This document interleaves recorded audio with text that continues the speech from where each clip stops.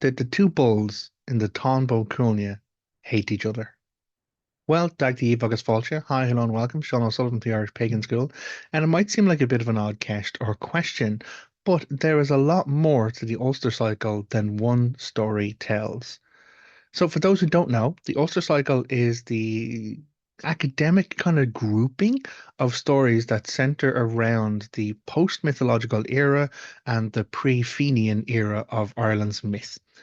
Central to the Ulster cycle is the Táin Bó Cuailnge, the cattle raid of Cooley, very famously known for the two bulls that are centered around the narrative, the Finnbhennach, the white bull or the white-horned bull from Connacht, and the Donn Cuailnge, the brown of Cooley, which is from Ulster. Now, of course, there's a lot of other people involved in this. It's not just about bulls. It is the conflict between Queen Maeve of Connacht and Concover, King in Ulster, and of course centers around the Cuchulainn and the battle against Ferdia. So for all of the rivalries that are going on, like Concover and Fergus MacRoch, the new king and the deposed king, the Queen in Connacht or Connacht versus Ulster, represented by Concover and again by Maeve. And then, of course, Cuchulainn and pretty much every other hero in Ireland, or more specifically, his sword brother Ferdia. So there's a lot of kind of back and forth. There's a lot of rivalries in this particular narrative. So it seems odd that people might forget that the bulls themselves actually have beef in that they have reason to hate each other. They have reason for their rivalry and their animosity. And the way we find this out is by looking at who they are. Not what they are, but who they are. In what's known as a rave scale, or a pre-story to the Táin Bó Cuailnge, it's known as the quarrel of the two pig keepers. And so in this previous story, this rave scale, we have the naming of two individuals. There's a guy called Friuch, who is the pig keeper for Bov Jarrig, the king of the Sidhe in Munster. And there's a guy called Rucht, who is the pig keeper for Uchel Ochne, who is the king of the Sidhe in Connacht. So long before the time of Maeve and Ailill, we had the she kings, Bob Jarrig being the son of the Dagda, and Ochal Ochne, the king in Connacht. So at that time in the narrative, these two pig keepers, they're not just pig keepers. When we talk about pigs in the mythology before cattle, before cows, the display of your herd of pigs was your wealth. And that's why champions' portions in later time frames are about fatted or fed pigs. It's because pigs are linked with that. So before people had herds of cows, they had herds of pigs.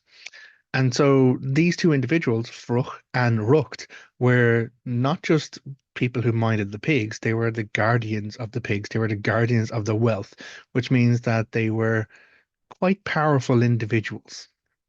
And as most stories goes, they started out as friends. So the tale has that Frucht and Ruch would meet up whenever they were sent out. How do you wrangle a herd of pigs? They graze where they're going to graze. And so the two guys would meet up and they would be like, okay, well, my herd is grazing on Bov Jarrett's land, or my herd is grazing on Uchel Uchne's land. And it's this back and forward where they're kind of grazing all over the place, and Fruch and Rucht are okay with that. Until one day, the herds start to grow in size, they're quite big, and a rivalry starts between Bov Jarrett and Uchel Uchne. And they're like, well, aren't my pigs brilliant? Or my land sustains better pigs. And the other king is like, well, no, my land sustains better pigs. Look at my pigs are bigger than your pigs. Look at my pigs are healthier than your pigs. All the while, Fruch and Rucht are kind of kicking dirt there because they know that all of the pigs have been feeding on all of the land, regardless of who's the king of that sheep. But of course, the rivalry doesn't stay between the kings, and it does come down to Fruch and Rucht. And they come against each other. It turns into fists, it turns into fighting, but then it also turns into magical castings at each other because, again, these aren't just random people, these are the guardians of the wealth of both Jarrock and Uchal Uchni. And during the conflict, Fruch and Rucht both die. But their grudge Their rivalry does not end with death. And what follows in the rest of the story is the two individuals transforming time and again, being reborn time and again in a variety of different forms. And every time they are reborn, they find each other and they continue their fight. They are reborn as various hawks and they are flying and scrapping in the skies. They transform into stags and they are born again as stags and they rival each other and they rook and they kill each other again. They transform themselves into spirits. It's referred to as demons or dragons or monsters in this ethereal form, and they still find each other and they still combat each other until at last they turn themselves into what's known as pecht or small worms. And as small worms, they end up falling into different, now again, generations has passed by this point. Pigs are no longer the symbol of wealth, cows are. But all of the time, Fruch and Rucht in all of these various forms have been battling against each other until they become pests or small little pests, and they are then consumed by cattle. And those cattle become pregnant with again the new recurrence of Fruch and Rucht. Now, there's an additional element to this tale which involves the goddess Morrigan, who is said to bring, or well, in some translations it's not her, in other translations it is. She brings a cow out of the other world to be bred pretty much in our world. And she comes across Cuchulainn, who's like, I'm the guardian of all cows, and you can't be taking a cow anywhere. But it says that this woman, being followed by a silent, large red man, won't really address him or won't deal with him. And she's bringing this cow because she knows that from this cow is going to be born the Donn Cuailnge.